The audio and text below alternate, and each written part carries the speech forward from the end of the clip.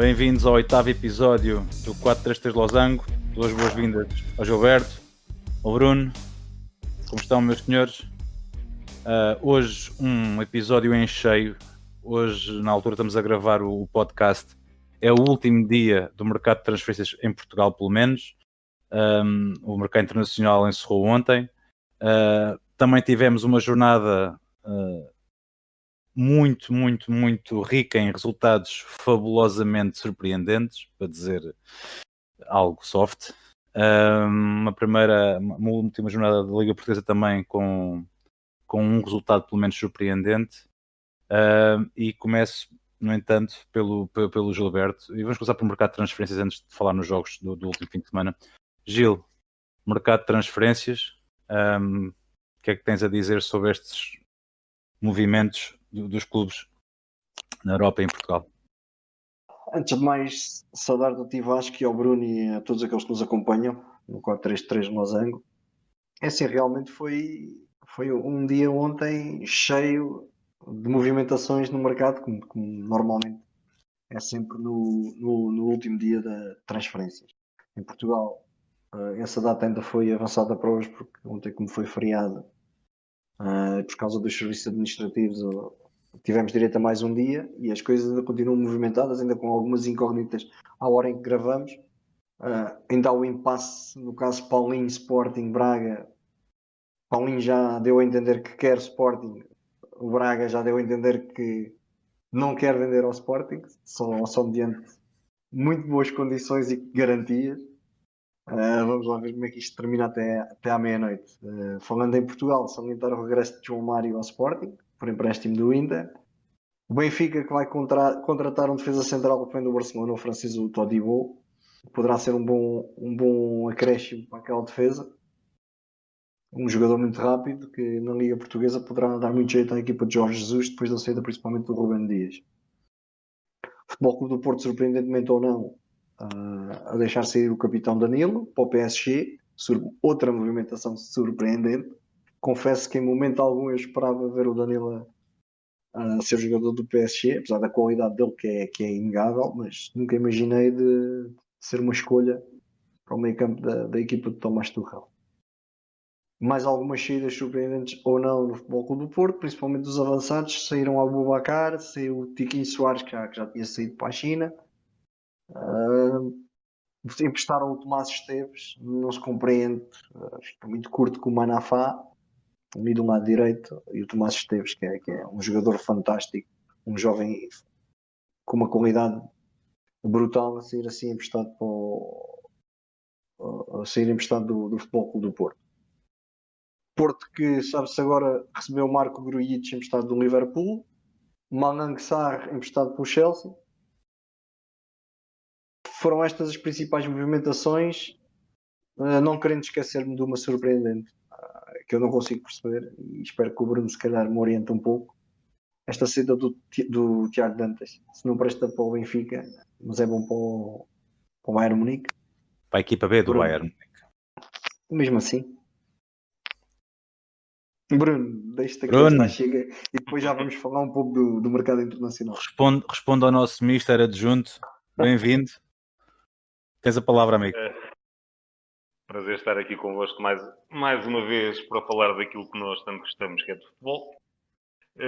Respondendo aqui, tentando responder à pergunta colocada pelo Gil, a saída do Tiago Dantas, lá está, é super surpreendente.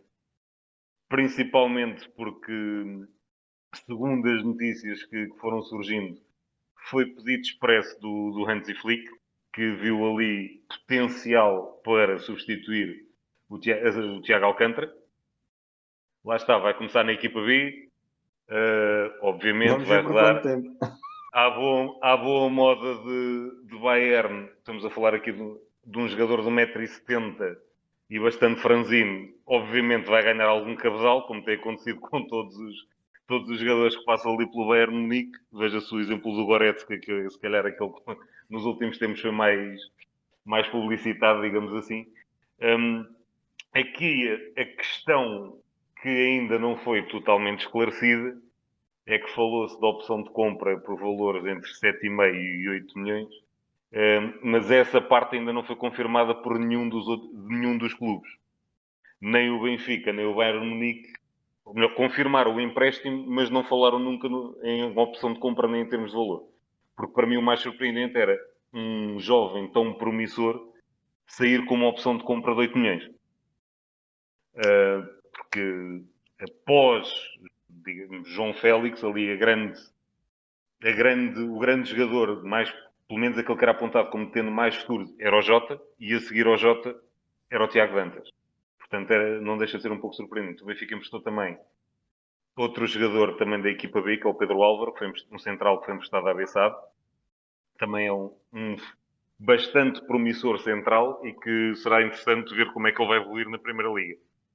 Contratação do Tobidó, como o Gil disse bem, central muito rápido, muito forte fisicamente, com as devidas distâncias, faz lembrar um bocadinho o David Luiz quando chegou cá, com todas as virtudes e defeitos que o David Luiz tinha. Ou seja, é muito rápido, é muito forte, super confiante a sair a jogar lá de trás com a bola no pé.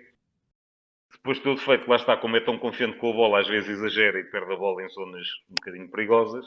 E disposiciona-se muito, tem um timing de entrada aos lances às vezes um bocadinho descabido, mas se for bem trabalhado pode ser uma opção muito interessante.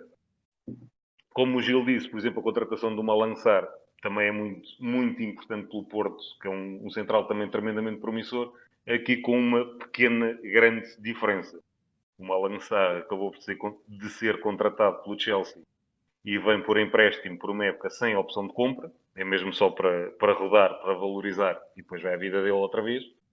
Enquanto que o Tobidó tem opção de compra, tudo bem, elevada, mas se ele confirmar todo o potencial que foi apontado até mesmo na altura em que levou o Barcelona a contratá-lo, 18 ou 20 milhões, também está aí um bocadinho a dúvida qual é o valor da opção, pode ser uma opção muito viável.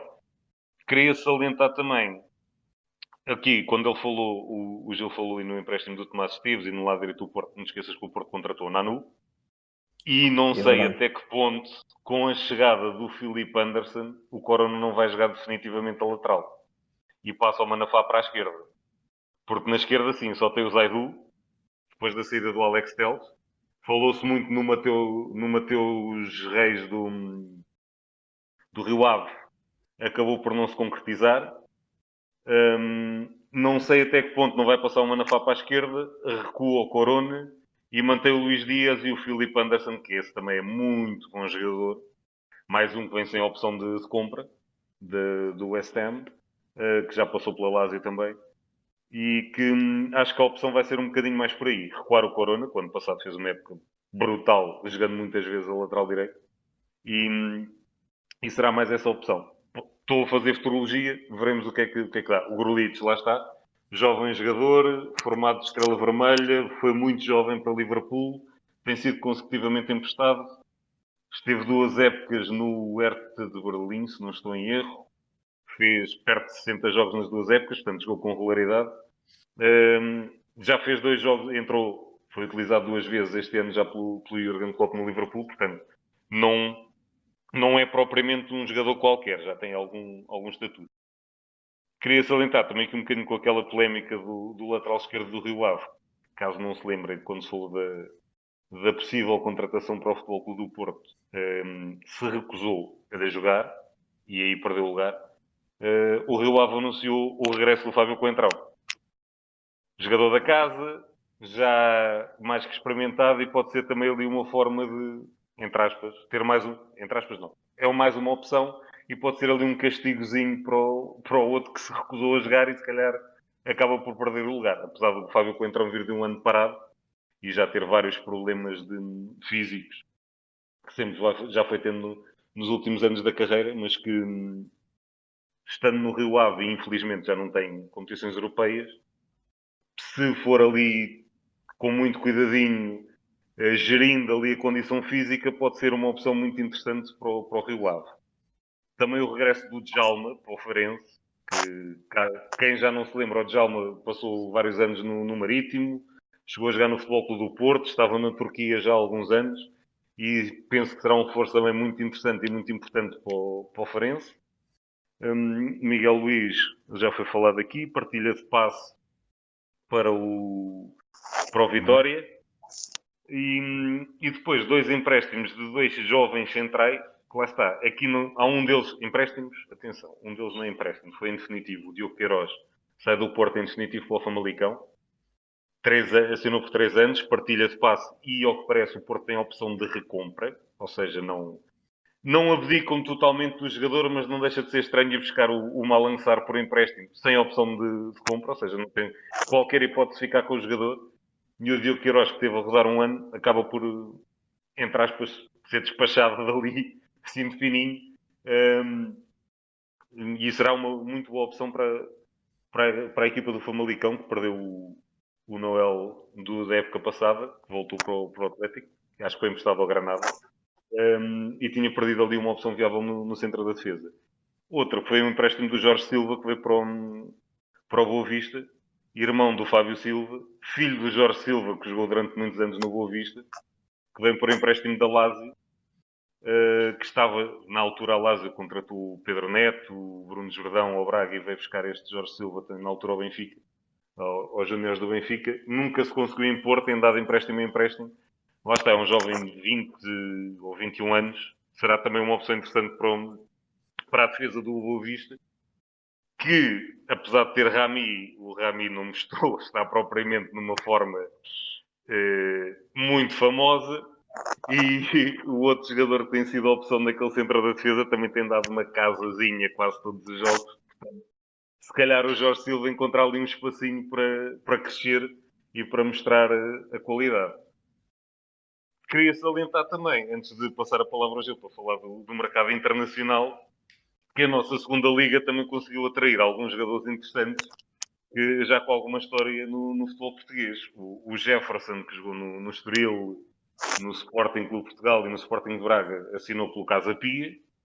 O Bruno César, que passou por Benfica e Sporting, vem por empréstimo do Vasco da Gama para o Penafiel. E o Idris, ex-capitão do Boa Vista, que assinou pelo Sporting da Covilhã.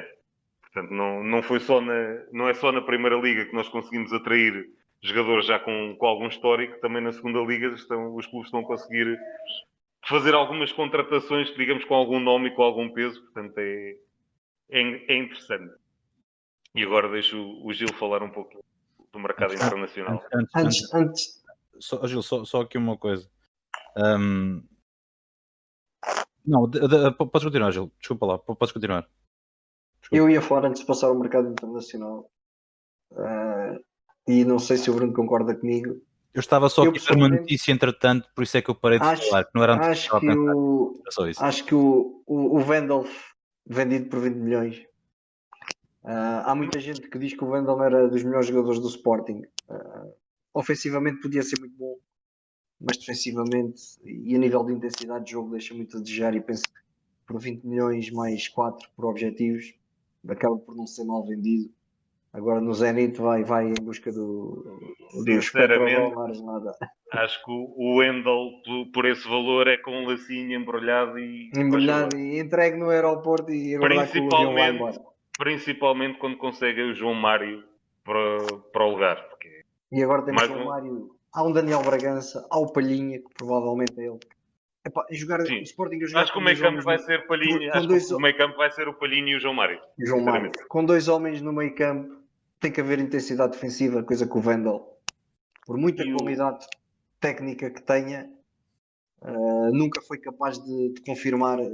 E mesmo em termos ofensivos, acho que um médio, ele não era um 10, mas um 8, um jogador mais criativo e com chegada na área, tem que ter muito mais golos e mais assistências. Tem que ter mais números do que aquilo que ele mostrou. Potencial sim, tem qualidade, muitos espaços foi mostrando, mas pelos valores, pagando aquilo e estando o Sporting necessitado de dinheiro, é uma venda perfeitamente compreensível. E como disseste, se calhar esse dinheiro vai diretamente para o Braga para trazer o Paulinho. Vejamos se resulta ou não. Se isso acontece. Mas lá está, o Sporting precisava de dinheiro e é uma venda, quanto a mim, óbvia, e pelos valores apresentados é, como eu disse, embrulhadinho com um lacinho e levem lá, faz favor, o João Mário, para mim, 1000 vezes mais jogador do que E o João Mário vem a cheirar o regresso também à seleção e esperemos claro. ver aquele João Mário que se viu principalmente no último ano em que esteve ao serviço do Sport.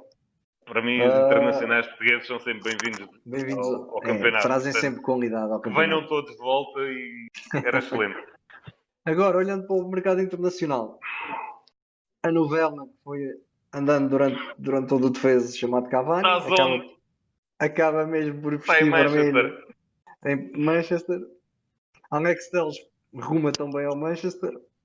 O Manchester continua a ser contratar centrais, nem trincos, mas contratou mais um ponta-lança, mais defesa esquerda, bem contratado.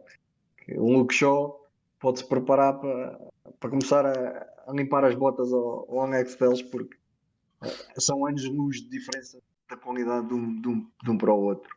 Surpreendente ou não, o Leeds United a mexer-se no mercado para ir buscar um bem conhecido do futebol português, Rafinha, que jogou no Guimarães e no Sporting, e que no Rennes estava a ser, na última temporada, tinha sido uma das agradáveis surpresas até aparecer o Covid.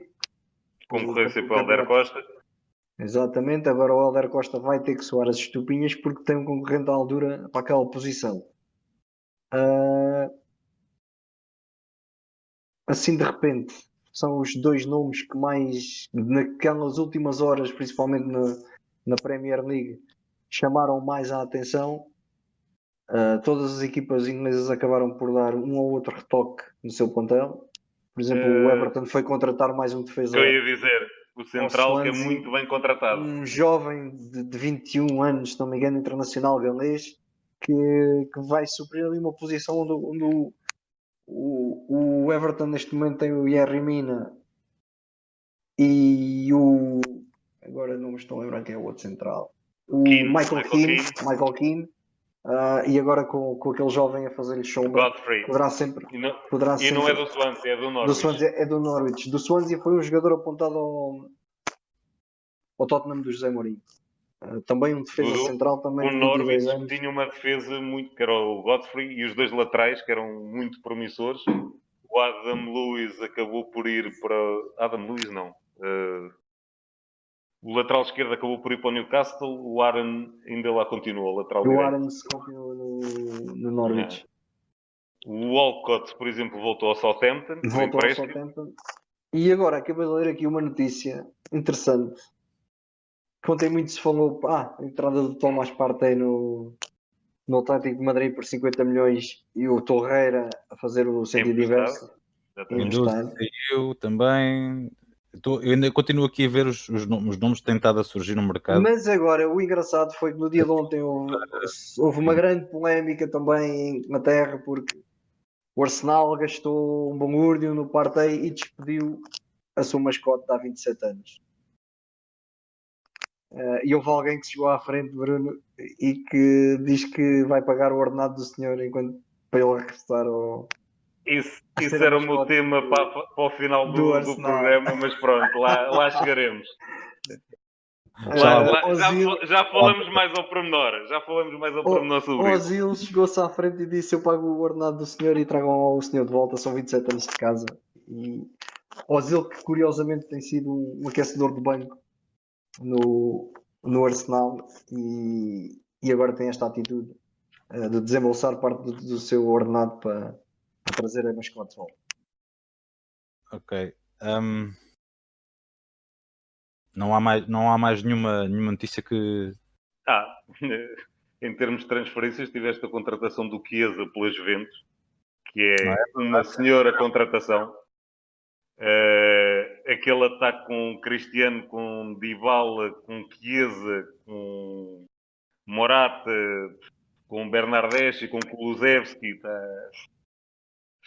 está fortíssimo. O Douglas Costa que volta para o Bayern, por empréstimo também. O Bayern, parecendo que não, ali, como quem não quer a coisa, reforçou-se mais uma vez, sem gastar muito dinheiro, como tem vindo a fazer nos últimos anos. Consegue o Douglas Costa para fazer concorrência ao Sané e ao Gnabry. Tinham perdido o croata, o Perisic, que voltou para o Inter. Conseguiram ali uma excelente alternativa. Contrataram também um jovem muito promissor, o espanhol Jesus, estou-me a falhar o nome. Que alternativa para o meio campo e para o lateral direito. Foram buscar o Choupo-Moting, que este senhor deve ter um senhor empresário, desculpem que vos diga. Eu não percebo como é que aquele homem consegue passar pelos clubes onde passa. Não vi nada de especial nele ainda, e ele já vai com 32 anos, portanto, acho que já não vai ser agora. 32 anos. O Moise Kean, que foi para o Paris Saint-Germain, é mais uma daquelas transferências que eu não entendo. Se não jogava no Everton... Também foi para o PSG. Sim, mas esse nas aulas ainda tem alguma rotatividade agora. Ele ultimamente joga com Di Maria, Neymar e Mbappé na frente. Nem o Icardi consegue jogar ali. E o Moise Kean estava a aquecer o banco ao Calvert-Lewin, vai aquecer o banco a estes todos. Portanto, também não me parece que vai ter muito mais hipótese de jogar ali. Mas a sair, acho que fazia muito mais sentido sair para um clube onde fosse, obviamente, ganhar minutos e não para estar no banco. Estar no banco, estar no banco. Paris é muito mais bonito. Mas provavelmente, apesar de tudo, no Everton, com o Ancelotti, conseguiria ainda ter mais hipóteses de jogar em mais minutos do que vai ter ali. Mas pode ser que me surpreenda. Porque este jogador também nas Juventus já tinha mostrado um grande potencial e está ali estagnado, e acho que não é nada bom para ele estar sem jogar. Eu há bocadinho começámos a falar aqui das transferências lá por fora com o Manchester United e a polémica dos centrais que tardam em não vir para Manchester, e depois o Manchester cede a título definitivo o Chris Smalling. Chris Smalling, sim. Eu que me desculpem, mas o Chris Smalling é muito mais jogador que se calhar um Harry Maguire, apesar de não valer tanto, e não, se calhar não tem tanta média e tem um pouquinho mais de futebol. A verdade é que o Manchester United cedeu a título definitivo à Roma, e há aqui um nome que não me deixou de suscitar alguma curiosidade e de pensar, será que o mercado português não era capaz de trazer um jogador desta qualidade para Portugal e ele vai jogar para a Escócia? Estou a falar de um lateral esquerdo, médio esquerdo do Milan, um uruguai, curiosamente, o Diego Laxalt, que vai para o Celtic por empréstimo. Ele não é um jogador com alguma qualidade. Falou-se em tempos para o Benfica, falou-se em tempos para o Sporting também agora recentemente. E acaba provavelmente o ordenado seria o entrave maior em termos de empréstimo. Já que falas em Milan, lembrar que o Diogo Dalot foi para o Milan. Emprestado. Também não deixa de ser uma opção um pouco estranha, porque o Milan tem lá duas boas alternativas para o lateral direito, o Andrea Conti e o David Calabria, se bem que o Conti tem muitos problemas físicos e o Calabria é expulso muitas vezes, muito mais do que seria desejável para um lateral. Pode ser que ali o Dalot consiga mostrar a qualidade que tem, que é muita. Em termos de Roma, também o empréstimo do Justin Kluivert, que foi para o Leipzig, que pode crescer ali, que ele também prometeu muito no Ajax, de repente parou ali um bocadinho na Roma, e agora no Leipzig se calhar vai ter mais uns minutinhos. E queria falar também nos dois portugueses que foram reforçar o Olympiacos, o Ruben Vinagre e o Bruma.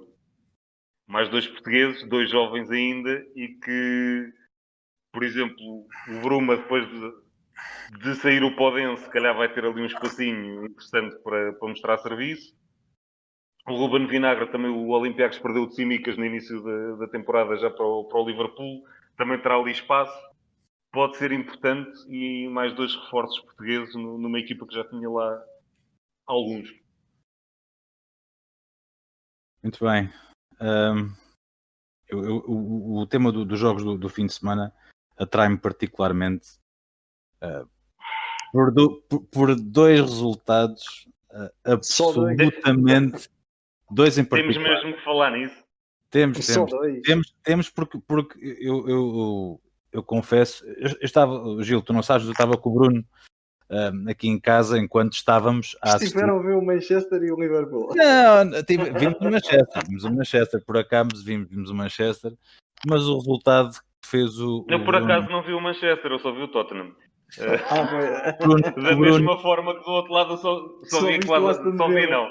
O Bruno Aí, ficou por acaso, sou magoado. sincero, não vi o jogo do Aston Villa com o Liverpool. Acabámos por não conseguir ver, mas O Liverpool ficava que lá o leva enquadramento. batatinhas, como diz o Gil. O Gilberto gosta das batatinhas. O Gil adora. O United leva em casa uma passagem a ferro do Sr. Mourinho, que não deve ter gostado nada de fazer aquele favor no Old Trafford, mas o Liverpool 7-2. É Bruno, estranho, não é? por amor de Deus, tu explica a nós e aos nossos ouvintes o que é que aconteceu e o que é que hipoteticamente Klopp terá dito aos jogadores. Pá, aí vá, ao quinto gol. Ali não há muito que se diga. Começando por ordem cronológica, nesse domingo, já a Inglaterra tinha havido outro resultado também um bocadinho estranho, bem mais cedo, que foi o Leicester perder 3-0 com o West Ham. Certo? Em O Leicester casa. vinha em casa. E depois de ir ao Emirates. Exatamente. Ao Emirates, não. Olha, Ao City. não. Ao City. Calma. Agora estava aqui a ver, estava a ver uma coisa do Arsenal e falei no Emirates.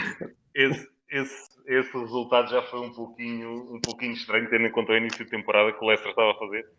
Sim, sim. Mas esta equipa do West Ham também, um pouquinho à semelhança do... O Gil falou aqui de outra vez no Crystal Palace. Do Crystal Palace. E eu falo no West Ham também é daqueles que têm lá muita qualidade e que têm feito sempre jogos, temporadas abaixo das expectativas. É que lá está, emprestou agora o Philip Anderson, mas o Michael D'Antonio é gosto muito daquele jogador. Não é um jogador fabuloso, mas para a Liga Inglesa dá muito daquilo que uma equipa destas precisa. Tem o Yarmolenko, que tem muita qualidade. O Noble naquele... Exatamente. O Noble naquele meio campo, que acho que é daqueles jogadores também, nunca ninguém deu a devida atenção. O West Ham, para quem não se recorda, tem uma longa escola de médios centros. Saiu dali o Michael Carrick, saiu dali Frank Lampard, por exemplo. E este Mark Noble, Joe Cole. Este Mark Noble, acho que se um dos grandes clubes tivesse a dada altura olhado para ali e tivesse dado uma oportunidade, ele seria uma arma muito útil. Mas pronto, e eles agora têm um jogador que acabou por encostar o Philip Anderson. Que acabou por encostar o Philip Anderson, que é o Bowen, que também é um ala que tanto joga na esquerda como na direita. Sim. E lá está, o Philip Anderson veio para o Futebol Clube do Porto porque perdeu espaço, porque este do Bowen apareceu na época passada e tem sido um dos destaques da equipa o espanhol, o Fornal, dos Hammers, e o Pablo Fornals. É o Bowen de um lado e o Fornals do outro. Enfim, tem os dois bons centrais, o Balbuena e o Ogbonna, o Mazua, que é um lateral em termos ofensivos, também é outra mota.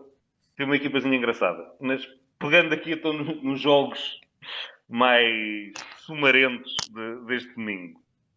O Manchester começa a ganhar aos 3 minutos, o United, com um gol de penalti e depois, pronto, parou.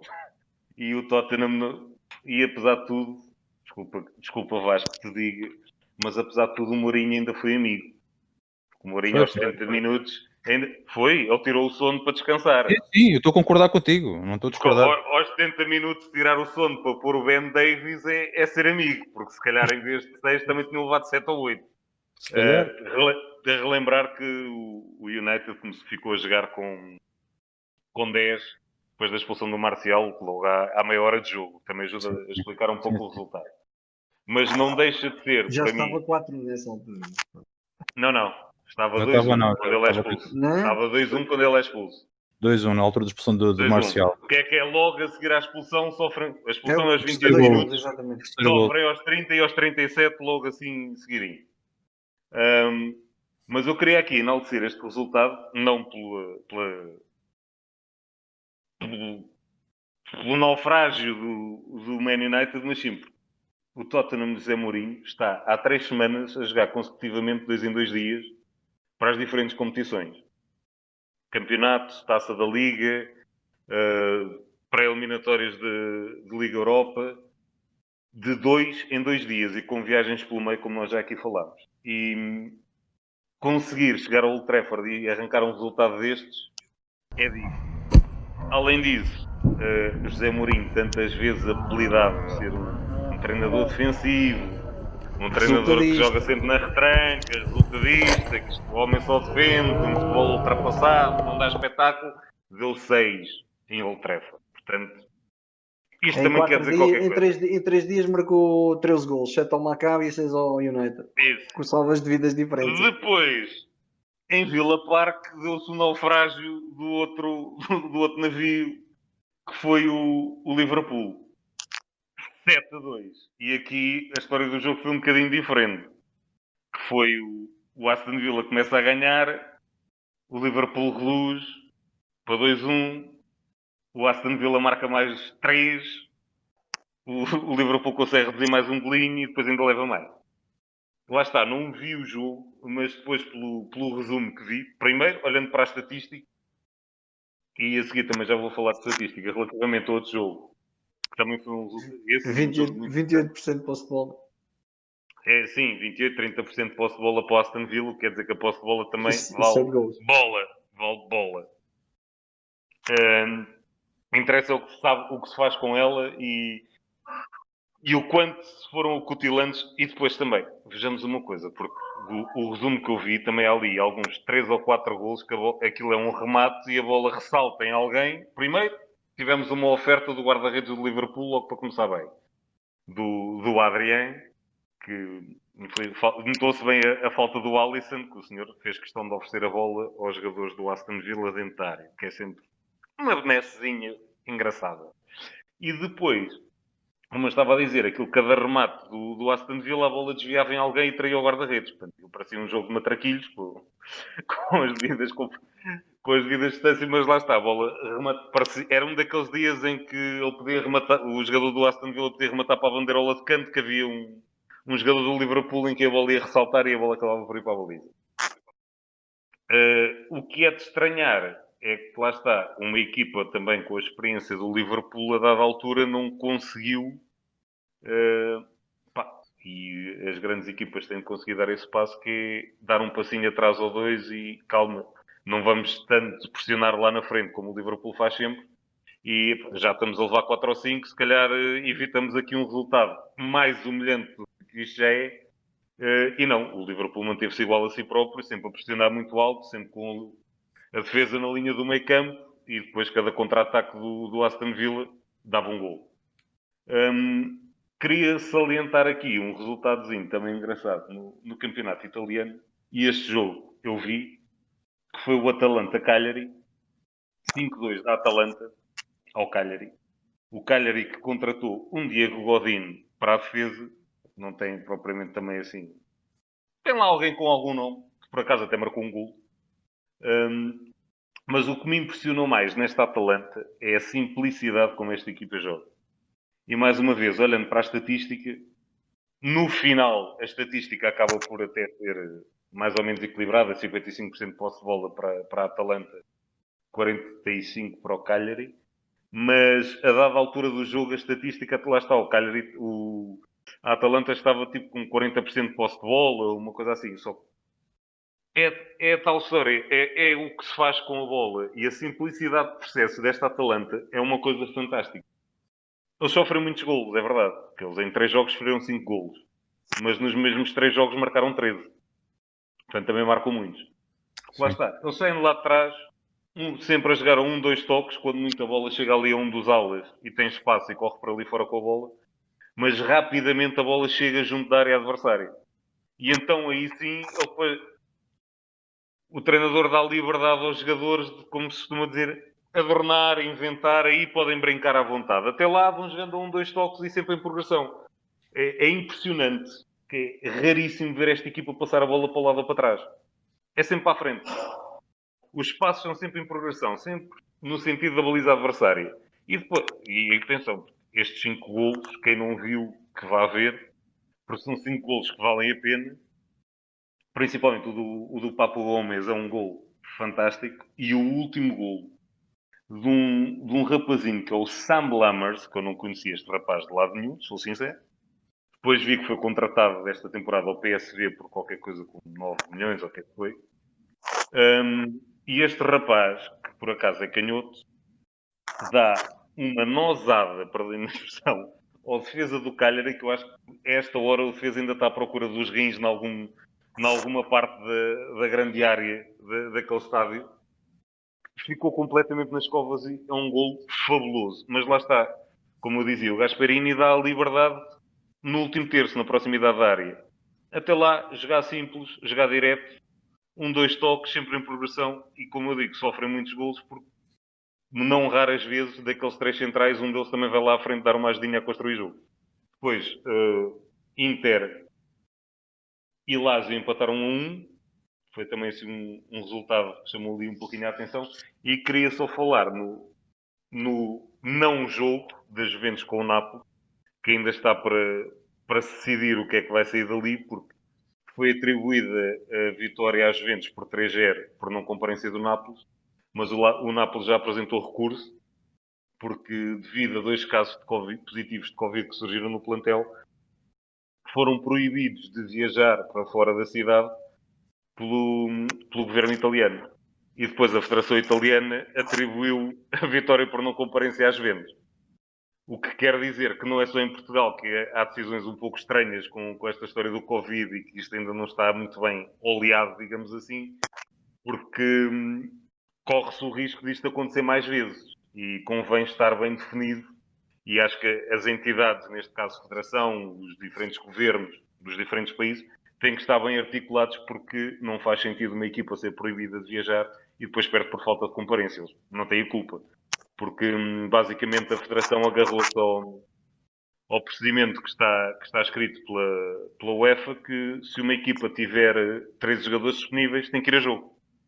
Eles tinham os 13 jogadores disponíveis, mas não foi permitido a deslocação. Portanto, aqui há qualquer coisa que tem de ser feita e tem de ser feito rapidamente para não se cair nesta indecisão que depois pode roubar um pouquinho do que é a verdade esportiva no campeonato. Em termos de Portugal, a vitória do Marítimo no Dragão, que pronto, é mais um resultado interessante, digo no mínimo. Gil, chuta aí. Pronto, eu ia pegar, já que o Bruno pegou nos resultados surpreendentes da Premier e da Série A, não tanto os surpreendentes, mas talvez mais os que chamaram mais a atenção. Eu vou pegar nos 2 resultados mais surpreendentes do final de semana da Liga Portuguesa e da La Liga. Acaba por ser a derrota do Futebol Clube do Porto em casa com o Marítimo, quando ninguém esperava. O Sérgio Conceição tinha mandado um recado ao Nito Vidigal, por causa da equipa ser uma equipa que queima muito tempo e joga pouca bola. A verdade é que lá está. O pouco tempo que eles tiveram a bola nos pés, fizeram 3 golos. O Porto acabou ainda por falhar um penalti.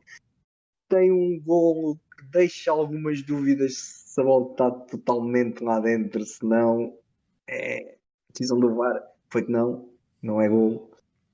Vendo as imagens ainda, isto recorda-me um lance de há uns anos no Benfica Porto, no Porto Benfica, do Vitor Bahia com o Petit. A bola estava lá dentro na totalidade. mas aí não consegues ver a bola. Aí não consegues ver a bola. Agora suscita sempre a dúvida. Agora ali tu vês bem a bola.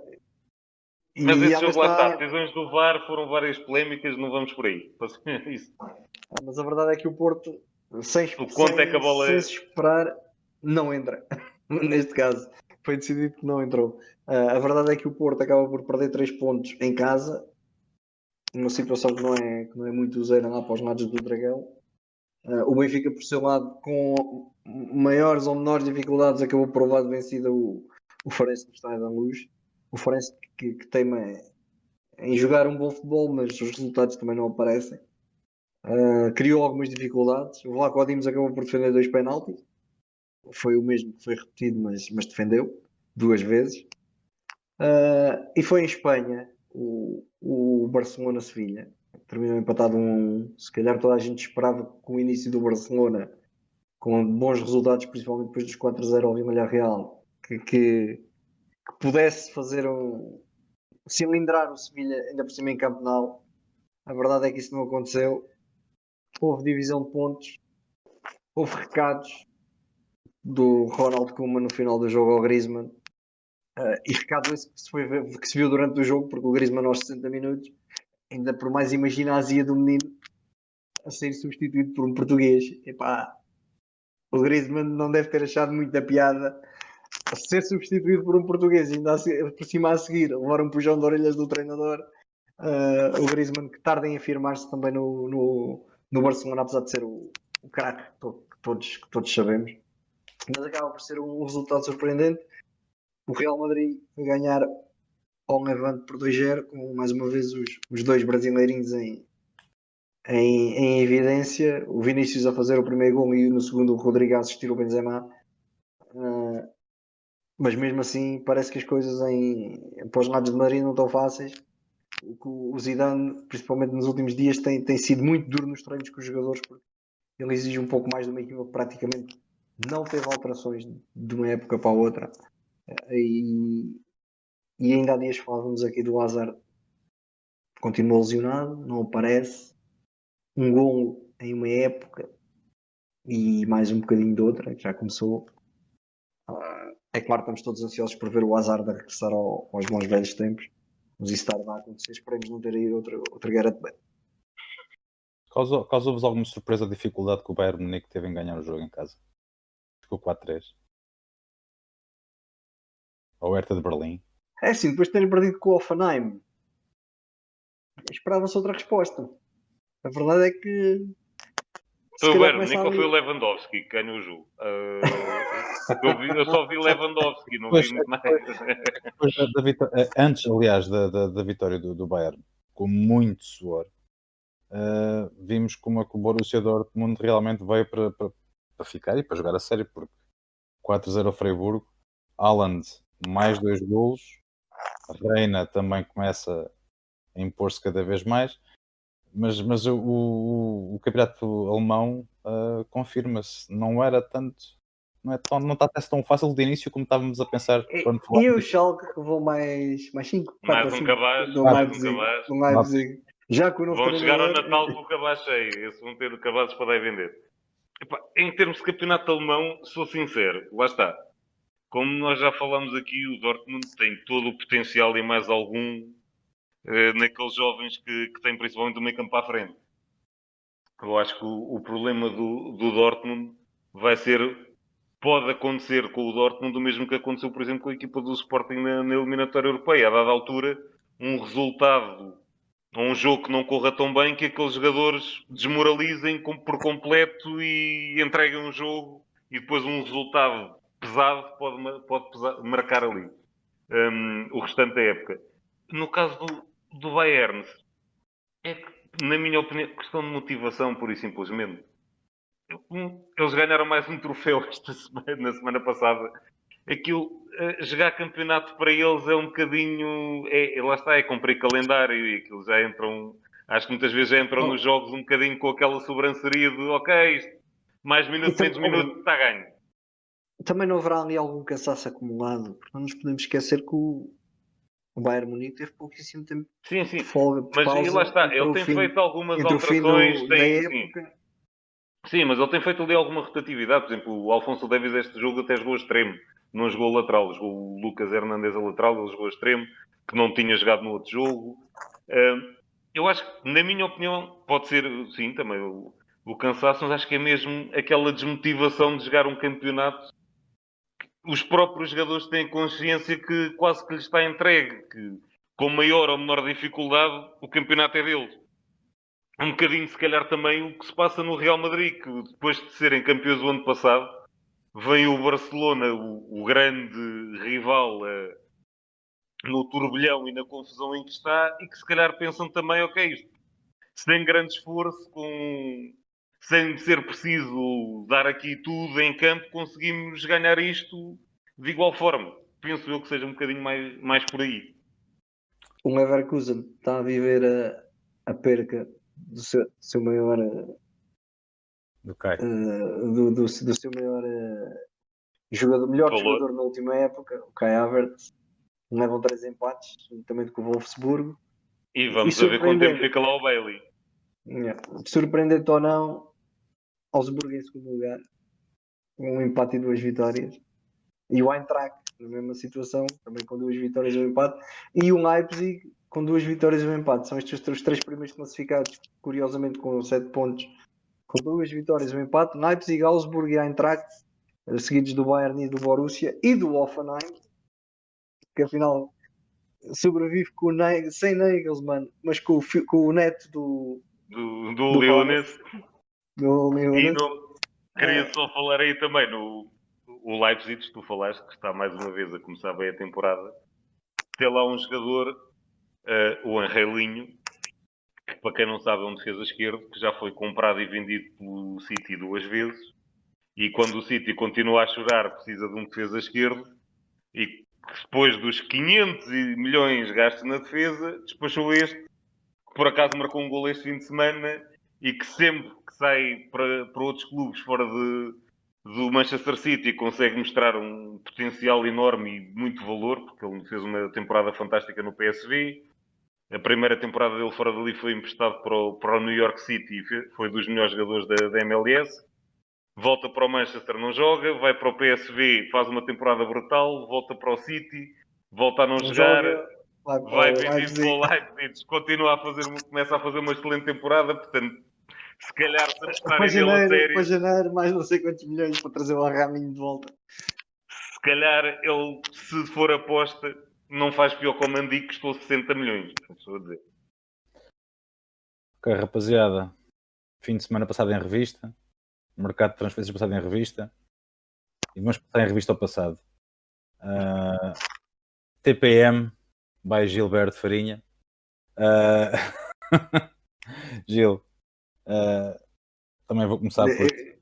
Eu hoje vou dar a vez ao Bruno, já que há pouco e roubei o tema. O tema. Roubei-lhe o tema antecipadamente. Antecipaste ali um bocadinho, nós não falámos antes de começar a gravar o podcast e pronto, hoje correu mal. Lá está, hoje não é Trip Down Memory Lane, é notícia atual, porque duas coisas, mostra para mim o lado bom, o que o futebol tem de melhor e o que o futebol também tem de pior. Contextualizando a coisa, voltando um pouquinho atrás, já que o Gil já contou aqui mais ou menos a história, o Arsenal, que já em agosto tinha dispensado 55 funcionários para poupar dinheiro, porque devido à pandemia estavam com menos receitas, tudo mais, como se fossem os funcionários que ganhassem um balúrdio que lhes permitisse a um clube como o Arsenal fazer face ali à situação que todos os clubes estão a enfrentar, resolveram dispensar a mascote, o Gunnar Soros, um dinossauro, que é o Sr. Jerry Quay, que já servia ao clube como mascote há 27 anos. Não é há 27 dias. 27 anos com um fato de dinossauro vestido, faça chuva ou faça sol. Normalmente em Inglaterra faça chuva e faça frio. Não deve ser propriamente a forma mais engraçada de passar um domingo à tarde com um fato de dinossauro enfiado para a cabeça abaixo. Mas o senhor lá estava sempre a animar o público. E agora chega lá alguém da direção e diz assim, olha, rapazinho, temos de poupar dinheiro, vais à tua vida.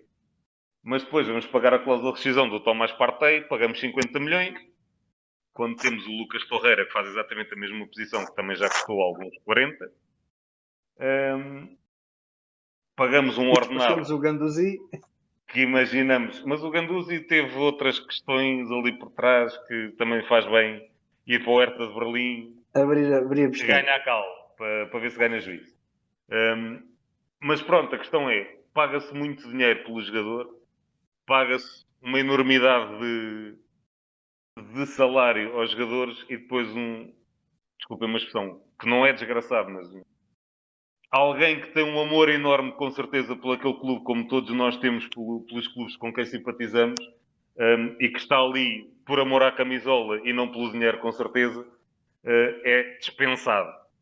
Lá está, isto para mim é aquilo que o futebol tem de mal e cada vez mais os clubes transformados em SADs e sendo geridos como empresas, cada vez mais vemos este tipo de dirigentes que são aqueles que olham para aquilo como uma empresa e simplesmente veem números. Futebol não é isso. Futebol é paixão, futebol é emoção, por isso é que o futebol é irracional e por isso é que nós gostamos de futebol.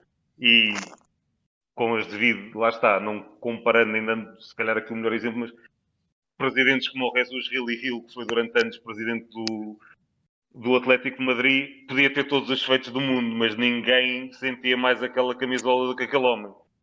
Podia também cometer muitos erros, mas com certeza não tinha uma atitude destas com um funcionário do clube que servia ao clube há tantos anos. Depois, perante a notícia que veio a público, veio a parte do lado bom do futebol, que foi depois os bons exemplos. Os adeptos imediatamente não concordaram com a decisão, fizeram uma petição para juntar dinheiro para recontratar a mascote e em 8 horas conseguiram 7.500 libras automaticamente para conseguir ajudar a recontratar a mascote. O Sevilha, lá está, entrou um pouco no espírito da brincadeira e publicou numa rede social, bem, já que foram dispensados, nós aqui no limite das transferências conseguimos a contratação do Gunnar Soros, portanto ele desempregado não fica.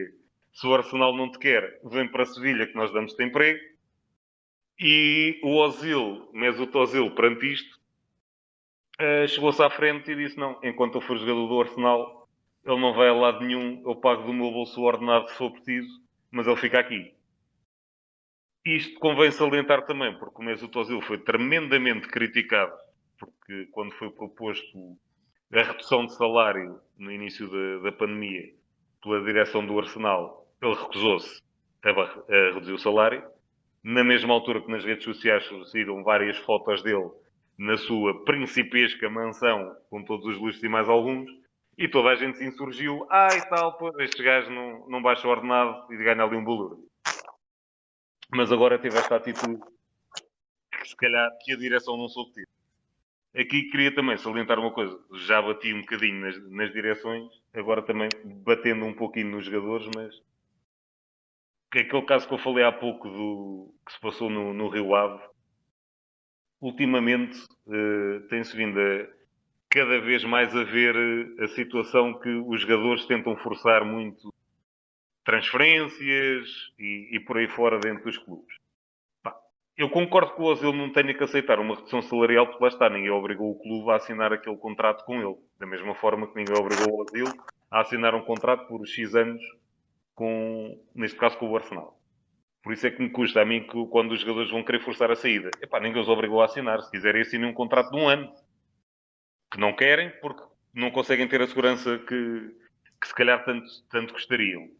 Mas se assinam por 5 ou por 6 anos, não é porque depois a seguir apareceu ali o clube do lado que está interessado, tal já me quero ir embora daqui. Tenho que demonstrar um pouquinho mais de respeito pelo clube. Mas também o clube não pode chegar ao pé de um jogador. Ofereceram mundos e fundos e agora, como isto está um bocadinho mais complicado, tens que reduzir o salário. É compreensível que o façam. Mas, falando aqui, lá está, sendo um bocadinho mais frio e olhando para isto mais como uma empresa, uma direção de um clube não pode oferecer os mundos e fundos todos e não estar salvaguardado para uma situação que é imprevisível e que pode acontecer a qualquer altura. Ou seja, se o clube fatura 100, não pode pagar aos seus jogadores 100 por mês. Se calhar tem que pagar 50. Arrisca-se a perder um ou outro jogador. É vida e isso faz parte da vida de um clube. Até porque o Arsenal nos últimos anos tem feito algumas contratações que se calhar são um bocadinho difíceis de explicar. Pagar 80 milhões por Nicolas Pepe, que depois raramente joga, e depois chegar ao pé do Ozil, um jogador já de créditos firmados, reduzem um bocadinho o ordenado, não faz muito sentido. Digo eu. Portanto, aqui acho que este não é bem como eu disse, não é um trip down memory lane, é mais um pequeno comentário e um desabafo para também quem está ligado ao futebol pensar um pouquinho que não é empresa e tem de haver aqui um bocadinho mais de emoção na forma como se gerem os clubes, mas também os jogadores terem um bocadinho mais de respeito por vezes pelos clubes e não quererem forçar saídas, porque são os clubes que lhes dão ganha-pão e mais do que a instituição é desrespeitar os adeptos que pagam bom dinheiro e muitas vezes fazem esforços bem grandes para ir ver jogos, para todas as semanas acompanhar a equipa. Gil. Pronto, e nem de propósito, eu vou pegar um pouco nestas últimas palavras do Bruno. Aí o meu T de hoje vai ser um tema, não vai ser uma personalidade. Acaba por ir parar a um clube inglês que recentemente teve uma série no Netflix. E falo do Sunderland, uma equipa da zona de Newcastle, uma das zonas mais pobres do Reino Unido, da Inglaterra. E quem não viu ainda, eu aconselho a ver a série Sunderland Till I Die, e que retrata um pouquinho aquilo que o Bruno acabou de falar. Um clube que na primeira divisão, enquanto teve um dono multimilionário e investiu mundos e fundos, tendo acabado por descer ao Championship. No Championship, toda a gente pensava que na primeira época que aquilo iam ser favas contadas e com os jogadores que eles tinham e com mais 3 ou 4 reforços, que a equipa regressaria facilmente à Premier League, e acabou por acontecer precisamente o contrário. A equipa acabou por descer nessa temporada à First Division, que é o equivalente quase ao nosso Campeonato de Portugal, que fica ali a seguir ao Championship. E na segunda temporada desta série, o Sunderland, mais de uma maneira trágica, acaba por falhar no playoff, nos últimos minutos do playoff, o regresso ao Championship. Em 2 épocas que a equipa passou por tudo um pouco. Esta situação tinha começado na Premier, como eu falei. Jogadores contratados a peso de ouro, que foram arrombando o orçamento do clube, e depois no Championship acabou por a equipa resvalar e cair no abismo da First, e por não conseguir e não conseguiu voltar de novo ao Championship. E na época passada, por causa do Covid, voltaram a não conseguir a subida, porque terminaram em lugar de playoff, empatados com a equipa que estava precisamente acima deles, mas em resultados a equipa adversária tinha vantagem. Portanto, mais uma vez o Sunderland vai continuar mais uma época na First Division, a tentar regressar aos momentos áureos. O Sunderland, que é um histórico, como eu já disse aqui, de uma zona das mais pobres, mas das que leva mais gente aos estádios. Os adeptos daquele clube vivem o clube, e daí o título da série ser mesmo Sunderland Till I Die, Sunderland até morrer. Eles sofrem, mesmo com a equipa a perder, mesmo com a equipa a cair no abismo, eles estão lá, dizem presente, criticam as direções, criticam os jogadores, criticam o treinador, conversam com eles, às vezes não da melhor maneira, mas estão lá sempre. E eu já, que é como eu digo, acho que é uma série que vocês deviam de ver, porque eu, depois de ver esta série, confesso que até eu próprio fiquei um bocadinho adepto do Sunderland e custa um pouco ver o que acontece, então, principalmente naquela primeira época em que a equipa, que tinham tudo para poder voltar à Premier, chegaram a ter um treinador de renome. Quando a coisa começou a descambar, foram buscar o Chris Coleman, o galês, o anterior selecionador galês, e nem ele, sendo um excelente manager, um excelente treinador e um motivador, nem ele conseguiu salvar a equipa, e a equipa acabou mesmo por descer de divisão. O Sunderland, portanto, é uma daquelas equipas que aconselho a acompanharem a história deste clube, porque equipas destas fazem falta à Premier, movimentam muita gente, e eu não me canso de frisar, é uma zona extremamente pobre, é uma das zonas do país com mais carências, e os adeptos não é por isso que deixam de comprar o bilhete da época, não é por isso que deixam de acompanhar a equipa, e estão lá sempre até morrer. Rapaziada, esse episódio vai ser gravado na próxima quinta-feira, é exemplo do que foi a semana passada. Espero por vocês. Obrigado pela vossa presença mais uma vez.